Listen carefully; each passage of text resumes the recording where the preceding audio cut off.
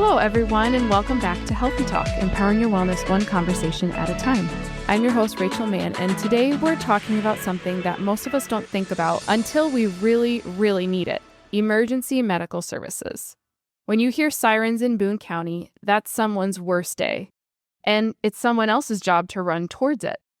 I'm joined today by Rob Fenley, our Director of Ambulance Services here at Boone County Hospital. Rob, first of all, welcome and thank you for being here. Well, thank you for having me. You're still relatively new in this director role, so I'd love for our listeners to get to know you a little. How did you end up in EMS in the first place? I started on a volunteer fire department pretty much right out of high school and really didn't want a whole lot to do with the medical side of it. But then a friend of mine that I went to school with was a paramedic, and he just happened to pick my grandma up one day, and he kept telling me, you should take the EMT class. And I'm like, hey, I'll think about it. And he was like, well, don't think too long because it starts tonight. Oh, jeepers. So talked to my wife about it, and I took the class, and that was almost 36 years ago. Oh, my goodness. That's a fantastic story. So, yeah. What during your time as director has surprised you or maybe encouraged you in the last few months? I've been a part of it for a long time, and I've seen some of the behind the scenes, but a little bit maybe in shock of what it really does take to keep everything running. Sure. You know, the meetings, the finance, and everything with it. But really, other than that, I've been a part of this for so long that feels second nature. Yeah. Let's pull back the curtain a little. Most of us only see the ambulance drive by. What actually happens from the moment someone calls 911? So when you call 911, it used to be, your landline when they went to 911 was hooked to know where you're going. And now with cell phones, it'll go to whatever closest tower, power bounces off. And that's what the closest 911 center is where it will go to. So we actually do have a few places in the very far south part of the county or north part that, you might still be in Boone County a little bit, but your call may go to Dallas County. Sure. Sometimes it goes back and forth. So then it goes through our dispatchers who are emergency medical dispatch trained. So they have a algorithm that they go by. So it may seem like they're asking you a lot of questions and it's taking time, but there's a reason to take that extra little bit of time of the questions to improve the speed of us getting to you. So then they page us out over radios and pager, and they'll give us name, address, what's going on. We have 2 crews on all the time, and usually are out the door within 3 to 4 minutes. Pretty much everybody knows based on what the call is, and pretty much everybody from the beginning, and it works more as you get more experience. We're thinking, okay, this is what we were told. This is the equipment we're going to need. This might be what we need to do. Do we need these extra resources? You're always thinking ahead of what you're getting ready to do. Sometimes what you get told over the radio is not even close to what we walk into. Then it's just a matter of seeing what you got, assessing the patient, and treating what's wrong with them as the best we can and getting you transported. It's not just siren, go, go, go, go. There's some planning that's involved while you're trying to be fast, right? It's a lot more than Chicago Fire. You watch. Yes. I'm sure everybody has heard the phrase, every second counts, but when it comes to medical emergencies, that's not just a phrase, is it? No. And there's some more than others, of course. Your heart conditions, your strokes, major traumas, stuff like that. Those are probably the most very time sensitive. There's a lot of different things that we look at and that we can go off of as far as for where we're going to transport you to, how we're going to transport you, whether we take you by ground, whether we bring you back here, maybe transfer you then. Sometimes we fly people directly from the scene based on what it is, because there are some things that they've changed over the years, whether it's us in the hospital, wherever, is changing daily. It's especially in the last 10, 15 years, it's really gone that way. So it makes a big difference as far as what we can do to treat you. We used to have a system of 10-minute for a trauma, 20-minute for a medical on scene. They've kind of did away with that just because they found out that if we stay on scene and begin certain life-saving measures, the patient outcome is greatly improved. So that's why we stay on scene a little longer. It's not so much that, hey, what's wrong with you? Throw you on the cot and go. Would you say that being in a rural community could add complexity to how fast you can get places? Oh, absolutely. Wintertime. Sure. Whenever we talk to people about the distance we travel, we cover a very large area. We cover all of Boone County, and we assist in other surrounding counties. We try to tell it as, on a perfect sunny day, this is how long it would take. There's parts of our county that it may take us 25, 35 minutes to get to on a good day. Makes preparation even more important. Yeah. You look at Boone County, mostly as people travel through on the highways, unless you're going on 30, it looks nice and flat until you get along the Des Moines River Valley. And there are some very, very big hills. So when it snows, icy, it makes it hard to get to people. Yeah. We had an ambulance got stuck yesterday because of the snow. What's something that you would say people often misunderstand about the ambulance service? Well, right now, the biggest issue that a lot of people see in the news, a lot of people still don't understand it, is, people always do complain about hospitals in small communities. It's just human nature. Yeah. If you call 911, and I've been there before, you might be right across the street from the ambulance, and it's going to seem like it takes forever for them to get there. And like I said, we do cover a big area, so, it's going to take a little while. Boone County is set up very good as far as for our EMS system. There are a lot of counties that wait over an hour and a half, if they have an ambulance coming, because the whole EMS as an essential service is a big issue in Iowa, and right now nationwide, I was shocked to hear that. Michaela wrote an article about it in our community newsletter last year. And the fact that we lose $1 million just from having it, that it's not Medicare and Medicaid don't deem it necessary, which you'd think like anything in the hospital. Yeah, but the state doesn't either. Like if you live in a town over a certain amount of population, then fire and police are an essential service. Yeah, they have to have that. They fund it or whatever. EMS isn't that way. There's a lot of towns that don't have ambulance services, or if it is, it's a volunteer. Right. And, it's a different time. People are busy. People work out of town. They're away from stuff. People don't volunteer like they used to for, EMS and fire departments. The volunteer services, it's hard for them to get help. You might be waiting for a long time in a lot of places, and people don't realize that. Most people just think if I call 911, an ambulance is coming. Sure.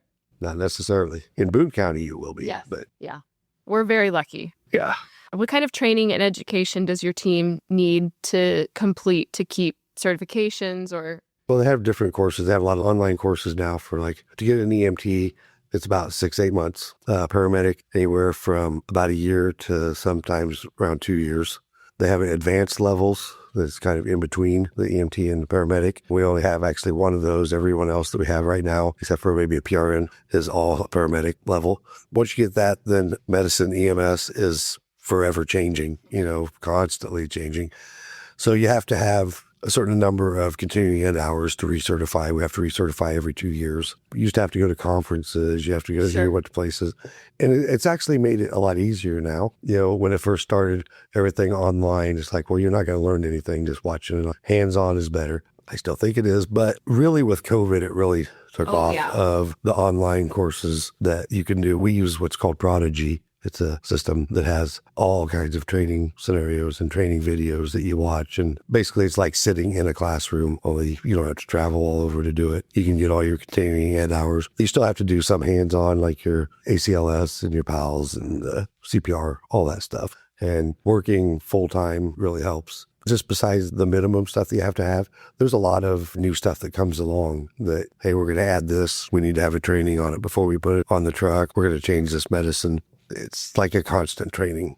How many staff do you have? We have 14 full-time, I believe, and 6 or 8, I think, PRN. 2 per rig? Yes. Okay. So you always have 4 people here. We have 4 people here 24/7, and then the fire department has our 3rd crew rig. And then we have the 4th truck that we either use for a spare if one's in the shop. We use it for events, or sometimes if you have a crew available, if we got a lot going on. Sure. So I do want to talk about the new ambulance that recently came into service, because I think sometimes people see it and think, oh, that's nice, but it's more than nice, isn't it? Dependability is so much for us. When I first started here, some of our trucks had a lot of miles on them, and they're very expensive. It takes a lot to keep them up and keep new ones going. It's hard to provide the best care you can when you think in the back of your mind, what if this breaks down? It was just in the shop last week. So when you get new equipment like we've got now, and you get the dependable, not just the trucks, but everything else that we have, it takes that out of the back of your mind, and everything like that helps with providing better patient care. Absolutely. For those of us who aren't inside the ambulance, what's actually in there? Because we talked about purchasing this new ambulance, and we were telling everybody, this is how much it costs, but it comes empty. Yeah. It doesn't include all the things that you need No. for life-saving measures. On average, I would say from the time you buy an ambulance, equip it, probably at least $500,000 to put everything in it, because anything medical equipment, it costs a lot. And with the technology that's changed in the last 20 years or so, expense goes with that. But all that people see is they might look in the back, or you see the cot, of course, that we come out with, and maybe the bag. Well, that bag has a lot of stuff to begin the life-saving treatment. We have the heart monitors, which we just got all new in the last year or so. We can do anything from blood pressure to check your oxygen level to the defibrillation that people see when you shock people to get their hearts going. We have the equipment to start IVs, give different IV fluids. We have a whole great big medicine box that we can give. It's almost like you take a room out of the ER, kind of. Pretty much, exactly. We like to joke around with the ER people that we do the same thing you do, only at 70 mile an hour. But yeah, there's a lot of equipment in the back of there that we use depending on the different situations. Do you have the Lucas machines? Yep. Those, I'm sure those have been around for a long time, but I know when we were doing the Educating and Empowering You programs, Mark Addy came and talked and showed. And I'm like, I've never seen this. And I was a lifeguard growing up, so I took CPR class. But it's really cool to see that machine. That Lucas device, it never gets tired.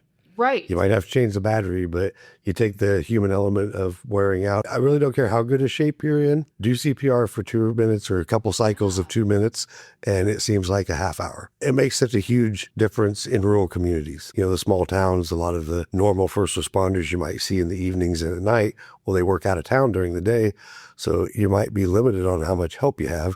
Well, that takes the whole aspect of somebody being tied up doing chest compressions that can be doing other things to help save people. It's a very, very, very nice thing. And they really haven't been around that long in the grand scheme of things. They're 10 years. Okay. So right now, with this new ambulance, we have 4 ambulances, 3 here. yes. Okay. We raised money in 2018 at Harvest Festival for an ambulance, but Foundation only paid half of it. Yes. And so I thought it was really cool this time around being able to fund the whole thing. So knowing that our community really stepped up and made this possible, what does that mean to you and your team?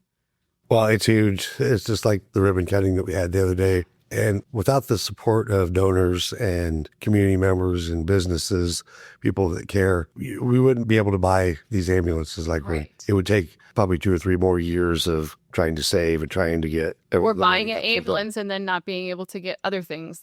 True, you'd have everything tied up into just that. Yeah. Without sharing private details, would you be able to give us an example of when dependable equipment really made a difference? A long time ago, not here, this wasn't here, but had a patient that was partaking in extracurricular activities and was all over. And there's 3 of us in the back just trying to kind of keep him under control. There's bars in the back up along the roof. We always joke about people hanging from those. Yeah, he was. We couldn't keep him down. And all of a sudden we hear the driver, and this was a truck that we'd had issues with. And all of a sudden we hear him go, oh no. And we're 20 minutes from the hospital or any help coming or anything. And the truck breaks down on the side of the road. What do you do? This was before you had medications, the type that we do now that help sedate people. And it was just a all-out wrestling match until another truck got there and law enforcement. It was a small community, so that maybe only had like 1 sheriff's deputy. He may have been the other side of the county. That's one that it wasn't necessarily a life-threatening thing. Thank goodness. But I've also had equipment fail in that type of situation. And that is the most gut-wrenching feeling when something like that happens. I mentioned before, and I think that's why when you have equipment that is older, if you've done this for a long time like I have, you've had those experiences, so it's in the back of your mind. So it's hard to focus on providing the best care you can with that. So when you have the equipment like we do, you don't have that. It's your mind's clear. You don't have to worry about that. There's always going to be stuff happen, but you're not thinking about, this truck's been in the shop for the last 3 days, or this monitor, the batteries keep going dead. Yeah, it is so nice to have basically, to say top of the line equipment is what we have right now. And it's really nice. So this goes perfectly then with what you were saying about this person you picked up. When someone in Boone County dials 911, maybe they're scared, maybe it's chaotic. What do you want them to know? Help is coming. You said perfectly that they're scared, chaotic. There's times when that pager goes off and people are thinking, oh, it's this person again, and everybody's guilty of it. But to that person on the other end of that phone, you may not think it is. It may not sound like it is, but it's an emergency to them. Whether it's a mental health crisis or whether it's a little boy or girl that for some reason mommy or daddy's laid on the floor, they can't wake them up. Everything is different, and it's hard sometimes not to take things for granted, but it takes one time of getting caught on that you realize, that person, just because they've called 30 times, the 31st might be the one. But people get very frustrated. I've heard the 911 tapes of the dispatchers asking them questions, and they feel like it's taken them too long. They don't need to answer all these questions. In the end, the questions they ask might be taking 30 seconds to maybe a minute. Everything's going to feel longer. To that person, it seems like an hour, but it's all for a reason. So you got to try to stay calm, try to answer the questions as best you can, because that saves us so much time of doing a lot of it once we get there. Looking ahead, what excites you most about leading this department? I think we've got a good department. I think we've got a good group of people. I think the future of the hospital looks good with the leadership that we have here. I think is going to make it to where we can continue to grow and provide better care.